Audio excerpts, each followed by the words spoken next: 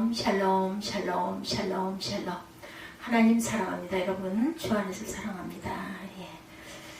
빌레몬 1장 8절에서 22절 오네시모 이야기 함께 나누도록 합니다. 이러므로 내가 그리스도 안에서 아주 담대하게 내게 마땅한 일로 명할 수도 있으나 도리어 사랑으로서 간구하노라. 나이가 많은 나 바울은 지금 또 예수 그리스도를 위하여 갇힌 자 되어 갇힌 중에서 낳은 오네시모를 위하여 내게 간구하노라. 이렇게 말하죠. 그가 전에는 내게 무익하였으나 이제는 나와 내게 유익함으로 내게 그를 돌려보내노니 그는 내 신복이라. 그를 내게 머물러 있게 하여 내 복음을 위하여 갇힌 중에서 내 대신 나를 섬기게 하고자 하나 다만 내 승낙이 없이는 내가 아무것도 하기를 원하지 아니하노니 이는 너의 선한 일이 억지같이 되지 아니하고 자유로 되게 하려 함이라. 아마 그가 잠시 떠나게 된 것은 너로 하여금 그를 영원히 두게 함이리니 이후로는 종과 같이 대하지 아니하고 종 이상으로 사랑받는 형제로 둘자라. 그가 특별히 그러하거든 하물며 육신과 주 안에서 상관된 내게라. 이러므로 내가 너를 동역자로 알진대 그를 영접하기를 내게 하듯하고 그가 만일 내게 불의하였거나 내게 빚진 것이 있으면 그것을 내 앞으로 계산하라. 나 바울이 친필로 쓰노니 내가 갚으려니와 내가 이외에 내 자신이 내게 빚진 것은 내가 말하지 아니하노라. 형제여 나도 주 안에서 너로 말미암아 기쁨을 얻게 하고 내 마음이 그리스도 안에서 평안하게 하라. 나는 내가 순종한 것을 확신함으로 내게 썼노니 내가 말한 것보다 더 행할 줄 아노라. 오직 너는 나를 위하여 숙소를 마련하라. 너희 기도로 내가 너희에게 나아갈 수 있기를 바라노라. 사순절 기간이죠. 저에게 새로운 즐거운 시간, 사순절 기간에 평상시와 같이 기도와 말씀을 읽는 시간이 지나면 사순절 묵상집을 하루 한 장씩 읽는 즐거움이 늘 기다리고 있습니다. 주님 안에서 글을 쓰신 분과 영적 교제를 나누는 특별한 시간이죠. 이 시간 다시 한번 올해도 수고하신 분들과 특별히 자신의 이야기를 기쁘게 나누신 모든 분들께 감사드립니다. 오늘은 깊은 감명받은 분의 이야기를 다시금 한번 나눠봅니다. 어떤 권사님의 글이에요. 늘 장로님과 집 앞길을 산책하시다가 깨달은 것을 나누셨어요. 대폭설로 인해서 저녁 식사 후 매일 걷는 일상이 변화되었다 이렇게 말씀하시면서 겨울의 전신갑주라는 제목으로 다음과 같이 나누셨어요. 내일은 겨울철 등산할 때 쓰던 비고스피크스를 평안의 복음에 준비한 신처럼 신고 해가 짧아져서 오후 5시가 되면 어둑해져 머리에 광부들 마냥 헬멧을 쓰셨다고 그래. 헬멧 앞에 그 불라이트 비치는 거 있죠. 구원의 투와 성령의 검 곧 하나님의 말씀 마냥 붙이고 몸에는 그 오가는 그 차 헤드라이트에 반사되는 그런 것을 질기 허리띠다 이렇게 띠고 그죠. 의의 호신경을 붙인 것 같이 입고 손에는 믿음의 방패를 들고 이웃들 한 집 한 집을 위해서 항상 성령 안에서 기도와 간구를 하며 멋지게 걷고 계시다 이런 내용의 글이었다고 합니다. 전신갑주를 입고 이웃집을 축복하시는 멋진 부부의 모습이 눈앞에 선히 그려지죠.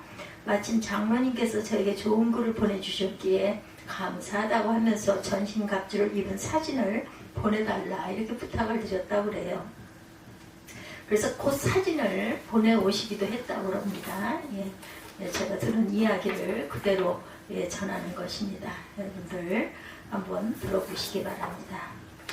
사진을 보내오셨는데 그 사진을 받고 영의 부활을 캐내는 멋진 광고부다 이렇게 인사를 거꾸로 드렸다고 그래요. 그리고 든 생각은 주님께서도 우리 모두를 영의 부활을 캐내는 멋진 광부로 세우신 것이 아닌가 이런 생각이 드셨다고 합니다. 이를 위해서 하나님께서 새해를 주셨고 2024년을 주셨고 사순절을 이렇게 허락하셨구나. 올해도 모두 영의 부활을 캐내는 멋진 광부들이 되게 하시려고. 그러면 영의 부활을 캐내는 멋진 광부의 모습은 과연 어떤 모습이실까? 오늘 본문 말씀을 상고하며 은혜를 나눠봅니다. 8절에 이러므로 내가 그리스도 안에서 아주 담대하게 내가 마땅한 일로 명할 수도 있으나, 바울이 누군가에게 명령대로 말할 수는 있지만 그렇게 하지 않겠다는 것을 마음으로 쓰고 있음을 쉽게 알 수가 있습니다. 그래서 빌레몬서가 된 것이겠죠. 주석가들은 빌레몬은 재산이 있는 사람이고 그의 집에는 골로새 교회가 모이고 있었던 것으로 추정을 합니다. 이 빌레몬에게 바울은 한 가지 바람이 있었는데 명령으로 하기를 원하지 않았다. 9절 10절에 말씀하죠. 도리어 사랑으로 간구하노라. 나이가 많은 나 바울은 지금도 예수 그리스도를 위하여 갇힌 자 되어 갇힌 중에 낳은 아들 오네시모를 위하여 내게 간구한다. 명령이 아니라 간구를 한다. 2번, 3번 말합니다. 무엇을 간구하느냐? 오네시모를 위해 간구하는데 오네시모는 바울이 갇혀 있을 때 낳은 아들이라는 거예요. 만났죠. 감옥에서 오네시모를 만났고 오네시모는 사도 바울로 인해 주님을 영접하게 됐어요. 이렇게 감옥에서 주님을 영접한 오네시모를 위해서 바울이 빌레몬에게 무언가를 간구합니다. 11, 2절이죠. 그가 전에는 내게 무익하였으나 이제는 나와 내게 유익함으로 내게 그를 돌려보내노니 그는 내 신복이라. 전에는 무익했는데 이제는 빌레몬과 바울에게 유익한 자가 되었다. 그리고 그를 돌려보내겠다. 그러니 네가 용서해라 인 거죠. 얼마나 바울에게 유익한 자가 되었냐면 이미 신복이 되었다라는 거예요. 신장이 되었다는 뜻입니다. 좀 건너뛰어 16절에 보면 상황을 이해하는데 실마리가 있습니다. 이후로는 종과 같이 대하지 아니하고 종 이상으로 사랑받는 형제로 둘지라. 내가 특별히 그러하거든 하물며 육신과 주 안에 상관된 네게랴. 네게는 어떻겠느냐. 이로써 알 수 있는 것은 오네시모는 빌레몬의 종이었다. 지금도 종이에요. 근데 빌레몬의 종인 오네시모가 감옥에 갇혔고 감옥에서 바울을 만났어요. 그리고 완전히 변화가 되었다. 주석가들은 이렇게 생각합니다. 오네시모가 빌레몬의 종인데 도망을 쳤고 그러다가 어떤 경위로 감옥에 갇히게 되었는데 감옥에서 바울을 만나 큰 변화를 받게 되었고 이제는 바울의 심장이 되었다. 그리고 주석가들은 생각하기를 갇혔던 감옥은 아마 에베소 감옥일 것이다. 아마 오네시모가 바울보다 먼저 에베소 감옥에서 석방된 것 같아요. 이에 오네시모를 육신의 주인인 빌레몬에게 다시 보내는 것이죠. 그러면서 자신의 속마음을 말하죠. 13, 4절에 그를 내게 머물러 있게 하여 내 복음을 위하여 갇힌 중에서 내 대신 나를 섬기게 하고자 하나 다만 내 승낙이 없이는 내가 아무것도 하기를 원하지 아니하노니 이는 너의 선한 일에 억지같이 되지 아니하고 자의로 되게 하려 함이라. 내 승낙을 내가 받아야 이 일을 할 수가 있다. 바울은 자기가 사도이니 사도의 명령 순종하라고 말할 수도 있지만 그것은 참사랑이 아닌 것을 알고 있었기 때문에 참사랑은 자유로 하는 것이다. 사랑은 자유인이 선택하는 것임을 바울이 너무나 잘 알고 있다는 거죠. 실은 사도 바울은 감옥에서 오네시모를 모른 척 할 수도 있었어요. 그는 오네시모에게 말씀을 전해도 되고 안 전해도 되었습니다. 그런데 오네시모를 사랑하는 것을 선택하죠. 자, 이렇게 자유로운 오네시모를 사랑하는 것처럼 바울에게 빌레몬에게 기회를 주고 있는 거예요. 사랑할 기회를 줍니다. 근데 바울은 빌레몬이 오네시모를 용서하는 것은 쉬운 일이 아닌 줄로 알고 있었어요. 17, 8절에 그러므로 내가 나를 동역자로 알진대 그를 영접하기를 내게 하듯 하고 그가 만일 내게 불의를 하였거나 내게 빚진 것이 있으면 내 앞으로 계산해라. 내가 갚겠다인 거죠. 용서라는 것은 서로의 빚을 탕감해주는 값을 치료한다는 것. 아마 오네시모로 인해 빌레몬이 많은 피해를 입은 것 같아요. 바울은 그 빚을 자신이 갚을 때니 오네시모를 받아달라. 한편 바울이 이런 간구를 하는 이유가 있어요. 19절에 나 바울이 친필로 쓰느니 내가 갚으려니와 내가 이외에 내 자신이 내게 빚진 것은 내가 말하지 아니하노라. 내가 내게 빚진 것 나도 너에게 받을 빚이 있다라는 거죠. 빌레몬이 되게 하기 위해서 숨어서 많은 수고를 아마 바울이 했던 것 같아요.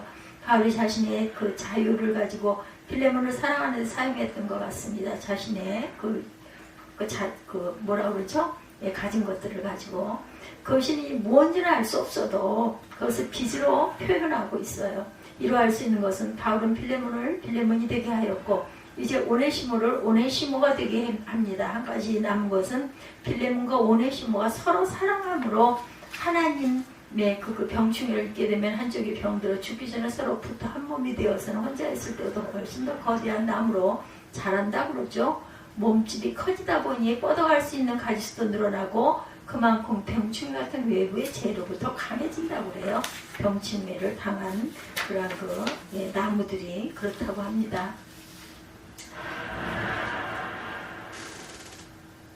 몸집이 커지다 보니 뻗을 수 있는 가지가 늘어나고 그만큼 병충 같은 외부의 재해로부터 강하다. 그런데 신기한 것은 합쳐지기 전에 성격과 기질을 고스란히 간직하고 있다는 거예요. 워낙 흰 꽃을 피웠던 가지는 흰 꽃이, 붉은 꽃을 피웠던 가지는 붉은 꽃이 그대로 피어난다고 그러죠.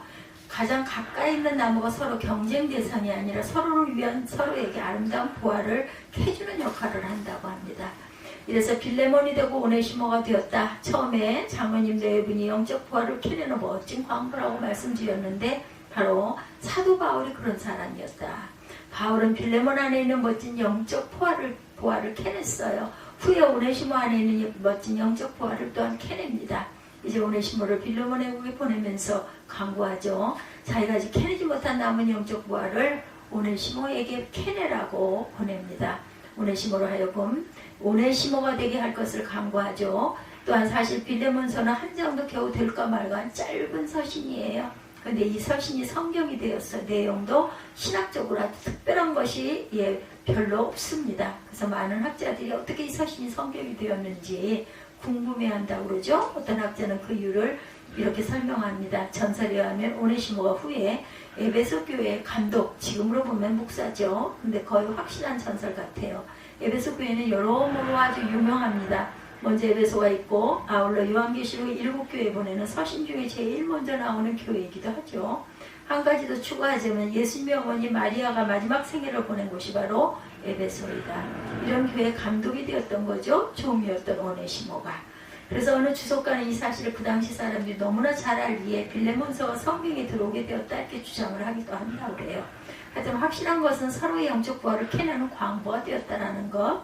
빌레몬서로 성경에 남아 읽혀지게 된 것도 빌레몬이 오네시모를 받았기 때문이겠죠. 자의로 오네시모 안에 보화를 캐내어 주었기 때문이다. 그래서 벌써 오래전부터 바울이 빌레몬 자신 안에 보화를 캐내어 주었던 거죠. 그런데 이런 아름다운 이야기는 하나님의 자연 질서 안에도 창세로부터 내재해 있습니다. 연리지라는 말을 여러분 들어보셨습니까? 서로 가까이 있는 두 나무가 자라면서 하나로 합쳐지는 현상을 일컫는다고 그래요. 처음에는 그저 가지끼리 맞닿아 있는 것처럼 보이지만 마지막에는 맞닿은 자리가 붙어서 한 나무로 변해진다고 합니다. 땅 아래에 뿌리는 둘이면서 지상에 나온 부분은 하나가 된다. 바람 따위에 상처를 입어 속살이 드러났거나 아니면 두 줄기 살짝 맞닿아 있다가도 그대로 붙어버리는 연리집된 두 가지는 벌써 두 번 다시 떨어지지 않게 단단하게 맺혀져 있다고 그러죠. 병충해를 입게 되면 한쪽이 병들어 죽기 전에서로부터 한 몸이 되어서는 혼자 있을 때보다 훨씬 더 거대한 나무로 잘 자라난다고 그래요. 몸집이 더 커지다 보니까 뻗어나갈 수 있는 가지도 늘어나고 그만큼 병충해 같은 외부의 재해로부터도 강해진다고 그러죠. 더 신기한 건 합쳐지기 전에 성격과 기질을 고스란히 간직하고 있기도 하다고 그래요. 워낙 흰 꽃을 피웠던 가지엔 흰 꽃이, 붉은 꽃을 피웠던 가지엔 붉은 꽃이 그대로 피어난다고 그러죠. 결국 가장 가까이 있는 나무가 서로 경쟁 대상이 아니라 서로를 보완하는 존재로 아름다운 보화를 캐내어주는 동역자들이 된다는 거죠.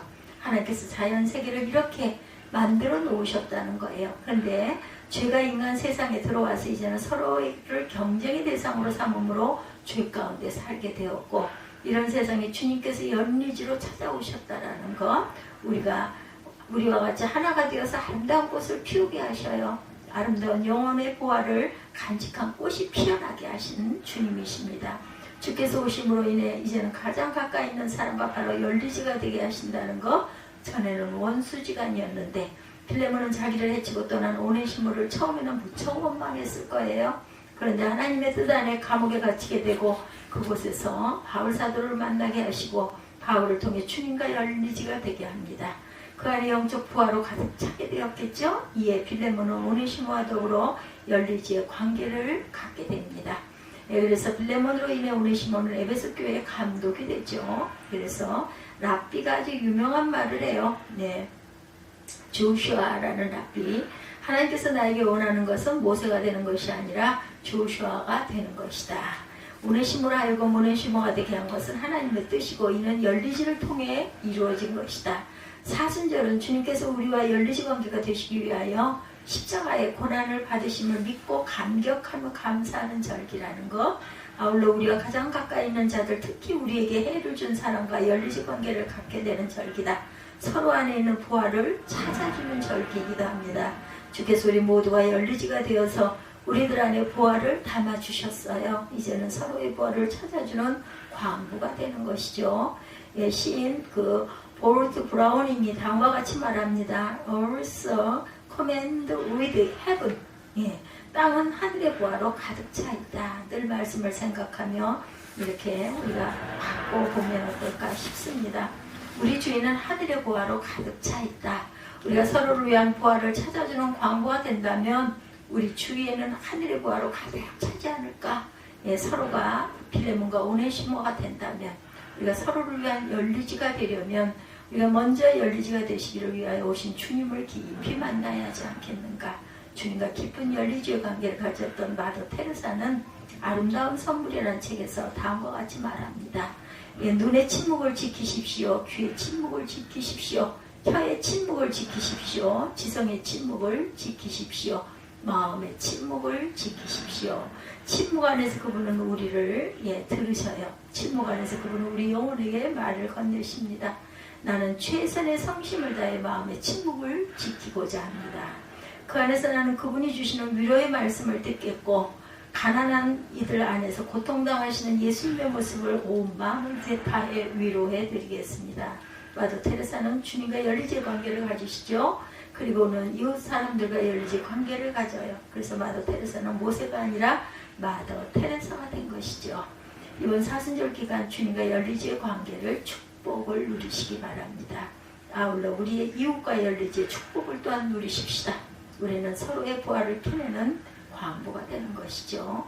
성경은 말씀합니다. 갇힌 중에서 낳은 아들 모내심을 위하여 너희가 간구하노라. 아멘. 기도하시겠습니다.